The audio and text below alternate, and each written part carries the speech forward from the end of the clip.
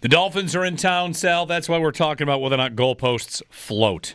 And also the materials that would best cut through goalposts. I've got a video that kind of looks like it's floating when Tennessee fans threw it in the river. I don't know. I'm still convinced they don't float. Sal, you have a take on this? It's time to have a take. Would a goalpost float? I would think it would, yes. I don't know. I'm thinking of the buoyancy here. I don't really know. Way above my head. Not something I normally would know, but why wouldn't it, right? I mean, what's it made of there? And then the other part is, that's why you can't really tear down the goalposts anymore. They have the hydraulic lifts now for the goalposts. They go up and down automatically with like a push of a button, basically. Okay. I didn't know about these hydraulic lifts. That would stop. They do what? Well, I mean, if I want to say hydraulic lift, but the new this happened a few years ago. Goalposts aren't. Most stadiums, I believe the Bills have this. I mean, someone could tell me, maybe somebody's listening to the organization, say, Sal, that's wrong. I'm pretty sure now.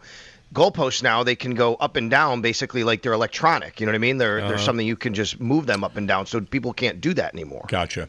Well, we're not endorsing doing that. In fact, we're saying do not do that. They need correct. Yeah, they need correct. So, but I do think if you think about the college games and being torn down, I think they float. I'm not sure. I think they do. It's so tough to tell. The Tennessee fans beat Alabama and they threw it in the river, but it's so hard to see it. And it's like such a quick video. It's a cell phone. I don't know. I think it floats. I'm with Sal and Owen. You're on your own right now. Is the only one who thinks that they don't float. I'm certainly not the only because of one what, that surface doesn't tension or something. No, I've learned through the bullpen chat has told me that's the wrong physics principle, but that they probably would not float nonetheless. All right, Sal. So Matt Milano and Ed Oliver out of this game. Yeah, Matt Milano and Ed Oliver out of it. Weird transition, but it's okay. Got to do it. Yeah, that's all right. Matt Milano. We're still waiting to hear really more of a concrete update on his status going forward. Sean McDermott with me yesterday on the Extra Point Show basically said we'll see where it goes next week for both of them. But he said with Matt specifically when I asked that, it's more about how everything responds after the first few days of this type of injury. So, it is a quick turnaround, right? So it's really tough to gauge. If this was a Sunday game and we were still in this boat, I think you'd have a little bit more of an antenna up on it, but I still think you have to have one here because you don't know. But Ed Oliver, we kind of knew going into last week that this would be a multi-week injury, and he's out this week. So they'll be missing Ed Oliver. They'll be missing Matt Milano.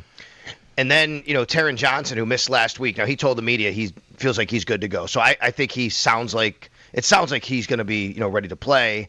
And we'll see about Cam Lewis, red non-contact jersey, only a few days. You never know with these short weeks, what's going to happen here. Barnes Firm Injury Report brought to you by the Barnes Firm. Injured for help, call 1-800-8-million. On Miami's side of things, I know Jalen Waddle showed up on the injury report with a bit of a shoulder issue. How does Miami come into this game? Yeah, and Chop Robinson as well is not he's questionable. So it looks like Miami is a little bit banged up like the Bills. Let me just kind of pull up their they ruled report here. I had that. The other one was they ruled Darren Waller out, Sal, but he really hasn't. He hasn't even got on the field, so it's almost like feels like a wash, right? Like he hasn't done anything. Darren Waller was like the king of late round flyer in fantasy. Yes, right. Yes, he was. Yeah. Right. Because you figure okay, well, Darren Waller, if maybe he could actually, go do something. So here you go. So you're right, Darren Waller. But Storm Duck is out. That is a corner for them. Safety.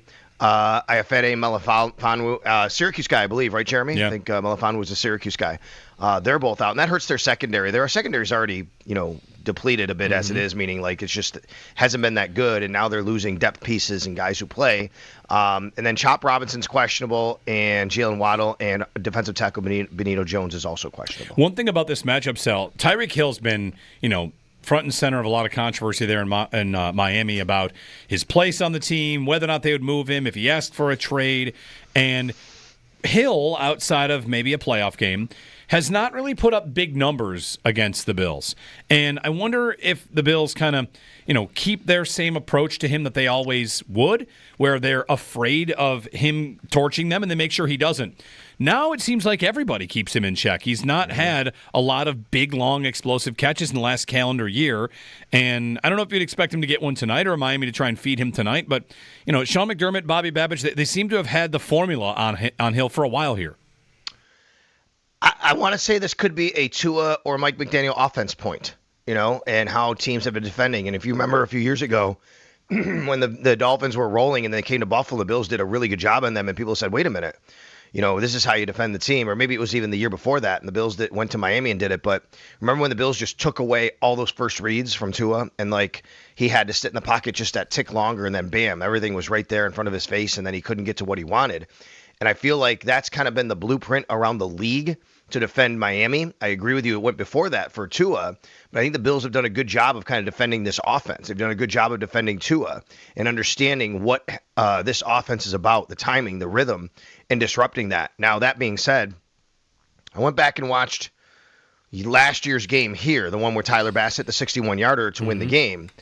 And there were a few times where guys got down the field a little bit on the Bills, including Tyreek had one down the sidelines kind of later in the game, or third quarter, I believe it was, get down the field. He was on the sidelines, and I think Kyrie Elam was over there in coverage. And say what you will about that, but he was down the sidelines. Jalen Waddle had a couple. Tyreek got behind the linebacker. So there's been times, and they can still do that. They have the ability to do that. There's no doubt. But I think more than anything, guys, I think that what the Bills have really done, it's not necessarily a Tyreek Hill thing. It is a disruption of the Miami offense thing, which is why that happens. Yeah, in fact, they discussed that this week. Tua underthrew Tyreek Hill and said, yeah, of course, I couldn't get my feet under me. And that might be the kind of thing, Sal, where you're just betting, even if this guy does get behind us, we're going to get a crack at this football. Yeah, exactly. And I think that's the first thing you have to do is say, let's just disrupt the timing here. And if you can do that, then everything else kind of can lead to something else that helps you. If you let the Miami Dolphins, with their offense and what they want to do, get into a rhythm and get their timing down, it's tough to stop. It's a very good offense. And then they can throw the running game at you because you don't know and you're on your heels. That's the number one thing you got to do. And I think the Bills have just done a good job of that over the years. Miami actually hurt the Bills last year, too, with a couple of screen passes. Devon Achane catches one. He runs for a touchdown. They had good blocking up front. They're fast, right? If they get those guys the ball in space, they're fast. And that's the thing you always have to watch out for. A few years ago, they came to town, and they had a great game plan to really kind of run at the Bills and use the Bills' kind of lighter box against them because they play nickel so much.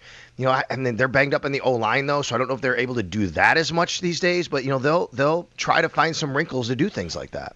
So I was just watching back a little bit of the Tua game, the Skylar Thompson playoff game here. Yeah. And at the end of that game, the Bills are up 3. The Dolphins get to midfield, and they had already taken like a delay a game penalty or a false start penalty on that drive. They get to 4th and 1. They can't get the play in, delay a game, and now it's 4th and 6. And that just happened to them against New England. And I'm wondering how much criticism McDaniel's getting, not just for the results, but I saw another quote. Tyreek Hill said that he just finally fully understood the offense this year. Just that. The Bills seem to understand that offense, but I don't know if the Dolphins have an offense that really works in today's NFL because there are so many mistakes that come out of it. Yeah, it's it reminds me a little bit of Rex Ryan's defenses, which are really, really good when they're on point and everybody understands. But, man, there's just so much that goes into it. There's so much complication to it that you have to really understand every little nuance and get ready as soon as you can. And it's hard in today's NFL. And you guys remember what happened when Baltimore came to Buffalo 2 weeks ago, and we talked about this. The Ravens used the Bills' communication in a loud stadium against them and said, we're just going to go quick snap. When you run an offense, it's a little bit more complex, and you run an offense that requires people to know a bunch of stuff. Those things are going to happen. And, Miami just needs to kind of change their operation after what I saw last week, and maybe they will this week. Short week, right? Short week, be ready for it. Short week, they might come in here and say, we're going to keep everything simple and just bam, get up to the line and go, and everything's quick and everything's on rhythm. Because if they continue to try and do what they've been doing, it just winds up hurting them. They're late in the play clock. They're getting out of the huddle late. They're getting the snap off just before the play clock, and that's just not good for anybody. And I have heard, now I have friends that are Dolphins fans even, and they'll tell me they're just right now very not with this coach and what he's about and what he's doing, and they really liked him. And now it just seems like that's not that's not something that they're supporting as much anymore, because of a lot of the things that you're talking about. Sal Capaccio joining us on the Wester Hotline ahead of Bills Dolphins, the final time the Dolphins will visit Highmark Stadium, unless of course, Sal, they get the wild. We already did the math on this kind of. They get the wild card while the Bills get pushed out of the 1 seed, because if the Bills do get the 1 seed, then Miami has to make the playoffs and win a game, and just no chance. Yeah, so we're just not feeling like that's it. Do you have a Miami memory that for you stands out above all the others? Yeah, I think we talked about a few of them this week, right? The 44-34 in the snow was one for me. The snow game here was another one for me. You know what? I'll tell you another one. It's just kind of under the radar because it kind of didn't matter. It was during the drought. C.J. Spiller returning a kickoff for a touchdown against Miami. Doug Marrone coaching year, and I remember that. And when's the last time the Bills returned a kickoff for a touchdown? Is that it? No, right? kick return touchdown. Yeah, I mean there was the Nyheim Hines game, so there would be. That's right. I'm sorry, you're right about that. So, but otherwise, I wasn't even thinking. I got a McKelvin against the Dolphins on a Thursday. Yeah, but McKelvin's probably before Spiller. That's before Spiller. That can't be many. Maybe it's 3 or 4 ago. Sal. It's not. I don't think it's a lot. I remember that. I remember that year. That was CJ. Yeah. Because what I remember about that. Okay, so that's 2014 actually. And here's why I remember it because.